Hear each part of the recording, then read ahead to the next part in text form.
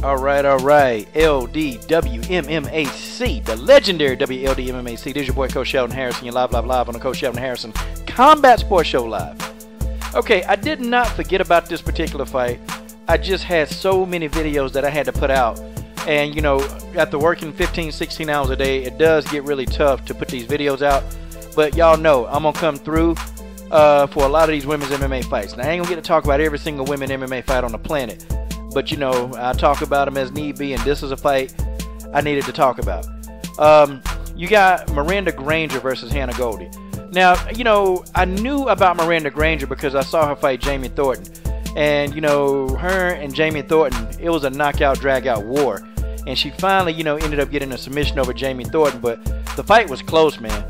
And Jamie Thornton just made like a calculated error. Because Thornton would have won the fight. She'd have won it if she hadn't made that error. Hannah Goldy, you know what? I started following Hannah Goldy after I saw her on the Contender Series. And I'm just going to be honest, man. I am definitely going to be rolling. I'm going to be Team Goldy. I like Hannah Goldy.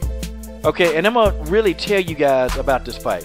So round one, Miranda Granger, she just came out and she immediately started putting the forward pressure on Hannah Goldy. Hannah Goldy, she was in retreat mode. You know, she was trying to make Miranda Granger walk into something. But I felt like the height and the reach disadvantage of Goldy, you know, it just really was problematic because Miranda Granger, she's long. She's very long, and, you know, she can strike. You know, Miranda Granger can strike, and so the range was giving Hannah Goldy all kind of problems.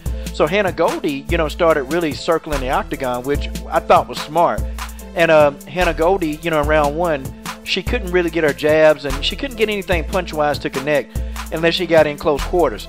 So the adjustment, and I gave round one to Miranda Granger. Miranda Granger, she was just throwing strikes and she was landing. And while Hannah Goldy just kept backing up. Now Hannah Goldy made an adjustment in round two. And I physically thought that Hannah Goldy did enough to win round two. Hannah Goldy, she went into retreat mode, but she started using her kicks. And I'm like, you know what? On the Contender Series, I really didn't think her kicks, you know, I didn't see her use a lot of her kicks, but in this fight, man, this girl got a kicking game. Her kicking game is pretty good. And she had Miranda Granger walking in the kicks. Okay, and I was like, okay, so this is her chance.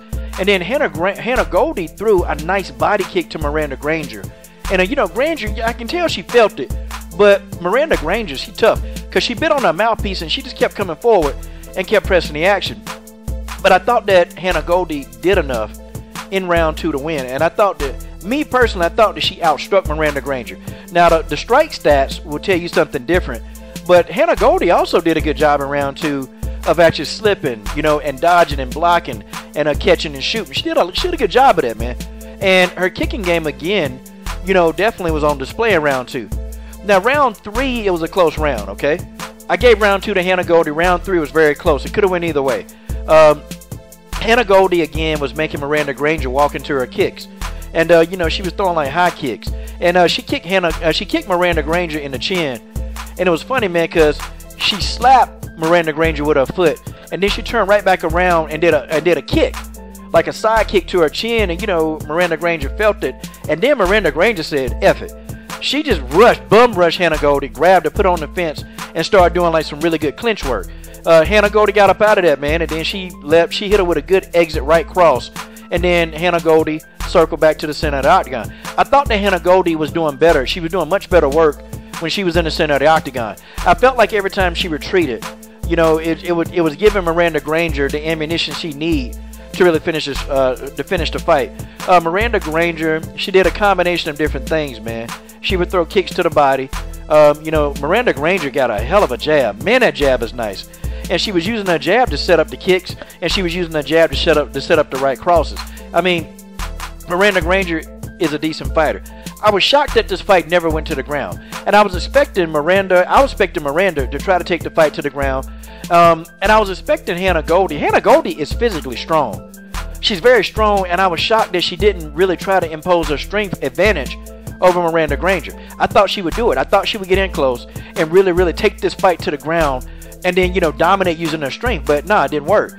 You can tell Miranda Granger, you know, don't know a lot about her, but I can definitely look at by the stances that, you know, she's had Muay Thai training. Okay, she is a Muay Thai practitioner.